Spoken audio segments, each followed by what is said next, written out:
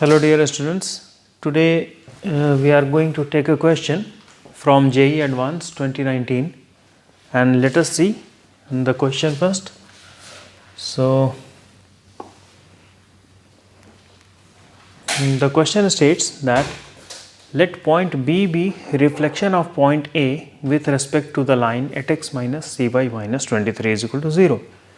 Question में कह रहा है कि पॉइंट बी जो हमारा है वो कुछ पॉइंट ए 2,3 का रिफ्लेक्शन है किस लाइन में eight x minus 6y minus 23 में. ठीक है, अब कह रहा है कि let tau A and tau B circles of radii 2 and 1 with centres A and B.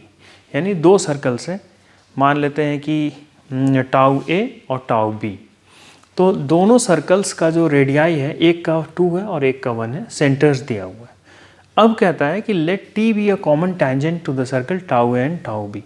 एक टी जो है एक कॉमन टेंजेंट है. कैसा common tangent? Such that both the circles are on the same side of T. यानी कि जो दोनों सर्कल्स हैं वो टेंजेंट के सेम साइड में हैं. तो फिर if C is the point of intersection, ये मैंने शॉर्ट में लिखा है POI, point of intersection of T and line passing through A and B, then length of line segment AC is. तो आइए, जैसा कि ऐसे क्वेश्चंस में हम लोग करते हैं कि पहले डायग्राम बनाने की कोशिश करते हैं और उस हिसाब से आंसर पे आते हैं. तो चलिए कोशिश करते हैं. इसे मैं थोड़ा सा शॉर्ट कर देता हूँ ताकि मैं पैरेलली यहाँ पे डायग्राम बना सकूँ. Okay, so first of all we will proceed by drawing the diagram and then we will look that what geometrical properties can be applied. Okay, so the first thing is that point B be the reflection of point A with respect to the line.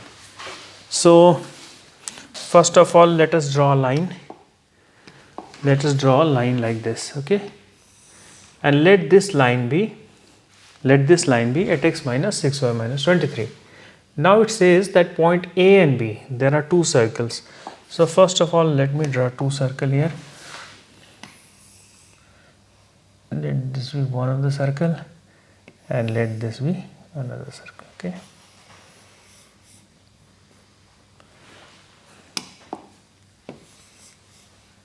let this be another circle. This wait, which may create some problem here.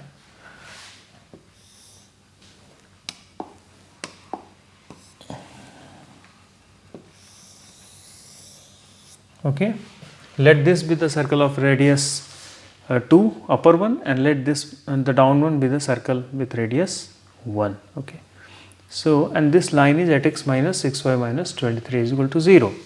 So what is given? That point A and point B are the centers. Okay, so let this be point A and let this be point B. Okay, and this is line at x minus 6y minus 23 is equal to 0. Okay, and these 2 points, B is the image of point A in line at x minus 6y minus 23 is equal to 0. B is the image. Okay, so drawing a line like this.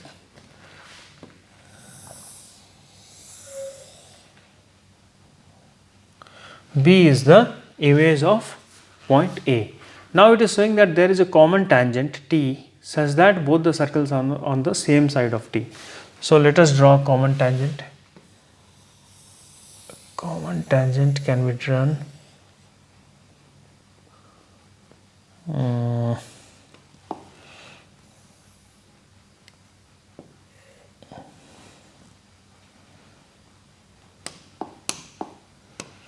a common tangent can be drawn like this.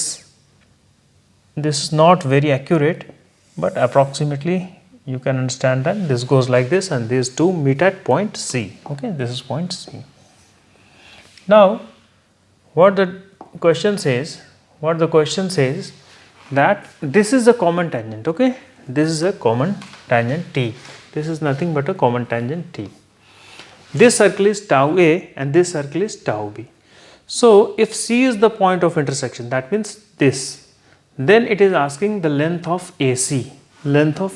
Okay, so first of all we will draw perpendiculars from here.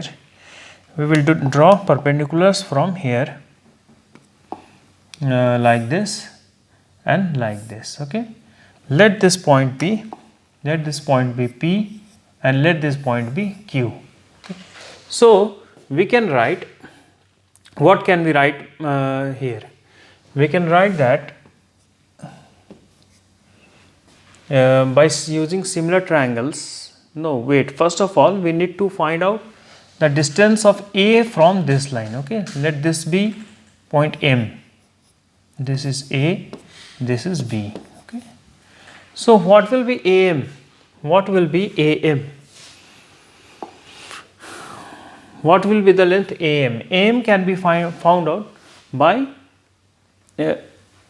calculating the perpendicular distance of point A from this line. AM का distance हम कैसे निकाल सकते हैं? A point हमारे पास दिया हुआ है, तो point A से अगर मैं perpendicular drop करता हूँ line at x minus 6y minus 23 पे, तो हम लोग निकाल सकते हैं perpendicular length. तो AM का लेंथ क्या होगा? AM का लेंथ क्या होगा? AM का जो लेंथ होगा वो होगा A से परपेंडिकुलर इसके ऊपर. तो A का कोऑर्डिनेट क्या है? यानी 8 into 2 minus 6 into 3 minus 23 divided by square root under 8 square plus 6 square, है ना. यही होता है परपेंडिकुलर का फॉर्मूला. तो फिर अगर आप देखें इसे कैलकुलेट करके, ये निकल के आएगा 16 minus 18 minus 23 and divide by 10, that is equal to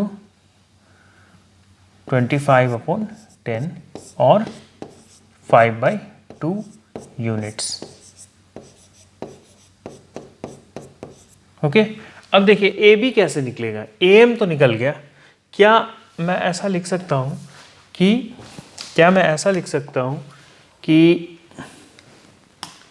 AM